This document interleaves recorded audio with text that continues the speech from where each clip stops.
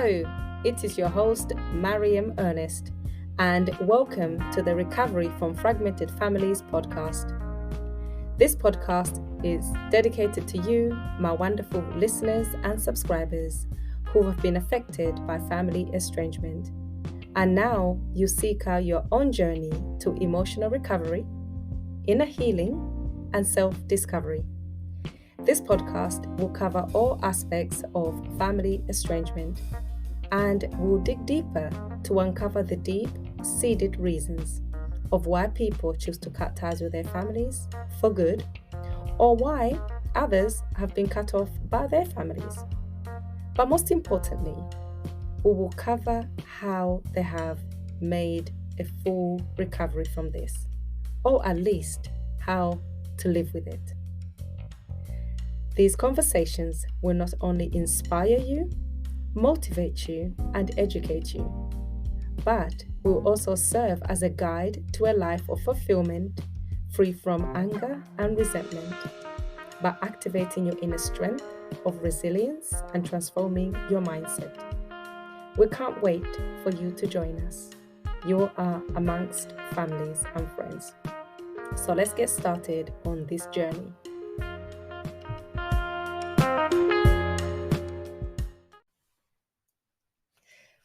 Hello to my wonderful listeners. How is everybody doing? I hope you're doing well today. It's your host, Mariam. I'm coming to you another week with another mini episode. But before I get into it, I just want to say thank you so much. It means so much that you're tapping in and listening to this episode. Honestly, it means a lot, actually. So welcome and stay tuned for more episodes. But I just want to get into a topic that I tend to use two words in my podcast. I tend to use fragmented family and family estrangement simultaneously, right? And again, it goes back what I mentioned in my previous episode is that I've experienced both. So essentially, fragmented family does essentially mean the same thing because the family is fragmented everywhere. And estrangement is also the same way, but sometimes it's complete. It's almost like I call it the umbilical cord has been cut altogether. It's a complete, it's severed. It's like it's been severed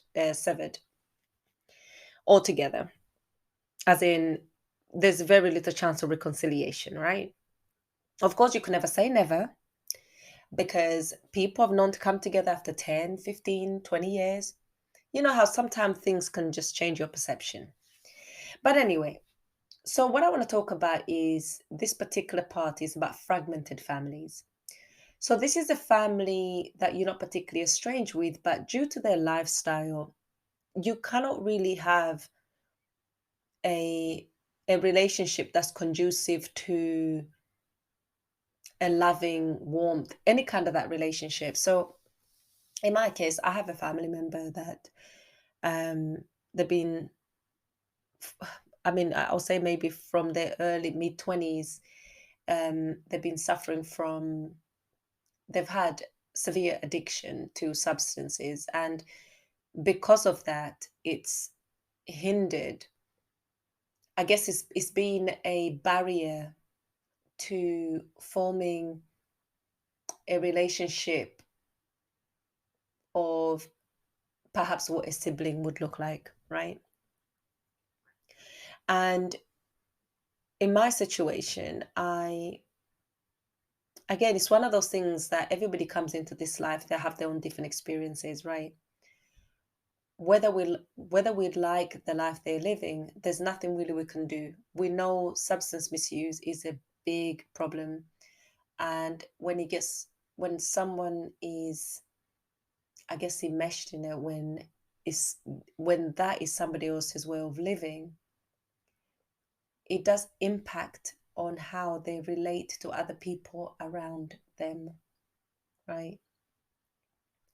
So for me, I had to reevaluate essentially what it is to have a family member that there is a barrier to the relationship, and the barrier is because of that. And because of this particular barrier, it means sometimes this family member is away. Um, they're away. You could imagine when someone's is on the substance, I guess narcotics, it's, there's a various places that can be, whether it's temporary in custody or whether it's in hospital. And when they're out, sometimes it's another unfortunate reality is the worry.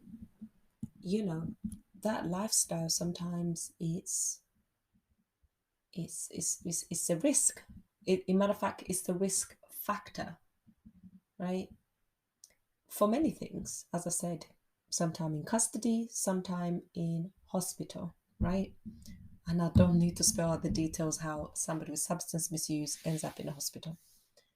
And it's almost like, it's really hard to explain that you always got this thing in the back of your mind that something is going to happen to them, and you sometimes either, it's like waiting for a, I'm not saying you wait for a call, because you've had the call that this person is this is in hospital, so you've dealt with those in the past, and I guess you just worry because the lifestyle itself is very, very risky. And I don't think this is not unusual for that. So it's yeah, it's a strange place to be emotionally from time to time. But like with anything else, we, as people in general, we find a way to live with these things. Now, for this particular family member of mine, there's other family members who are very helpful in terms of emergencies, and they're able to assist in times of need. And, if I can assist in any way or shape or form, I can in my own capacity. And we just, I guess it's, each month is one at a time, if I could best describe. But it's certainly fragmented from that perspective. But again, it's, as I mentioned earlier, it's just about reframing of what the relationship is, or re-examining what a relationship is that is supposed to be. And you have to look at it for what it is. Okay, not what it could have been, not what it was. What it was is good respectively to retrospective looking back, because again, you know what the person was like. But in terms of which can allow you to think, oh, if the person ever recover, the future might look like this. It's okay to hope, So if this is you, that's okay. People have known to make a recovery after many years of substance misuse. And you just hope you're one of the lucky ones, who a family member who you would pray for, that they make a recovery on the other side. It's they're not in a state of mind where it is, the state of mind is very difficult to have a particular relationship. Now, I remember over 10 years ago, I'd be like, oh my God, I wish this, or I wish I can change that. But then I realized, actually, there's really nothing you can do. You cannot control another person, because in the end, that person themselves, they really want to change anyways, but they just, it's too much. It's been their way of life for so long. So because of sometimes, what I'm trying to say is that sometimes fragmented families are not caused simply because people are arguing, or because there's toxic dynamics, or there's expectations that were not met, or because, for whatever reasons, people become estranged. Sometimes estrangement happened over a period of time. Sometimes it happens a period of time gradually. Sometimes it happens suddenly. Sometimes it happened because, I mean, it's a whole cocktail of reasons, right? But other times, the fragment relationship can come as a result because somebody, a family member, his lifestyle just does not permit them to live, quote unquote, a normal life, right? And for that reason, you have to have your boundaries up. You have to not expect. You have to, expectation as in what do you expect from that person? To some degree, the relationship is very one way. And that's the reality of it. You kind of have to be there for the person. You have to overlook the chaotic things that happens to them, because underneath that there's a person suffering as well. So you have to you have to have compassion, right? But at the same time, because of the type of lifestyle, you have to have boundaries as well. And I think over the years, I found myself, I didn't have any expectation, but also I had to change my expectation of what, say, an older sibling, what does that entail? What does that look like? And there was a picture that I had 10 years ago that, no, actually it's more than 10 years. There was a picture that I had 15 years ago, and that picture just didn't manifest because the other person went on a different route, and you are left holding the memories of the person that they were. And I think what might I think because you know what the family member was and their capabilities, they were loving, they were curious, they were funny, they were courageous, right? You knew, and that person has got so much possibility, even though they don't see it, potential rather, they don't see it in themselves. And more so, sometimes you can end up, when you're feeling sadness and disappointment, is because I guess you are coming from a place of where you think the person's potential is and what the life they could be living. And part of you is sad because you're seeing this person basically what would appear that they're wasting their life away. And there's nothing really you can do about it, right? So sometimes these fragmented relationships are not caused because of the fight, are caused because someone else, for whatever reasons, which is normally trauma, they've chose to self-medicate to such a degree that is taking over their life, right?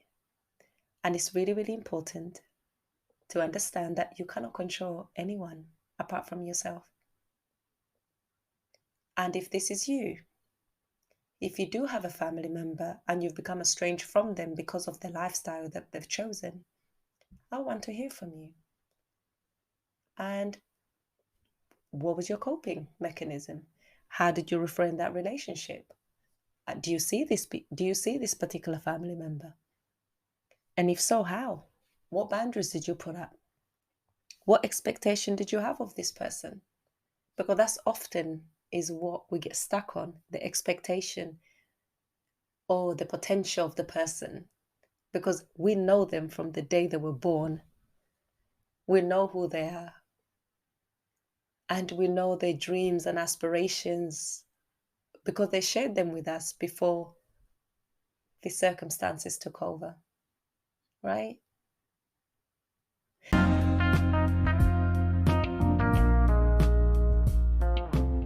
So that is all for this week's episode, and thank you again so much for tuning in and listening.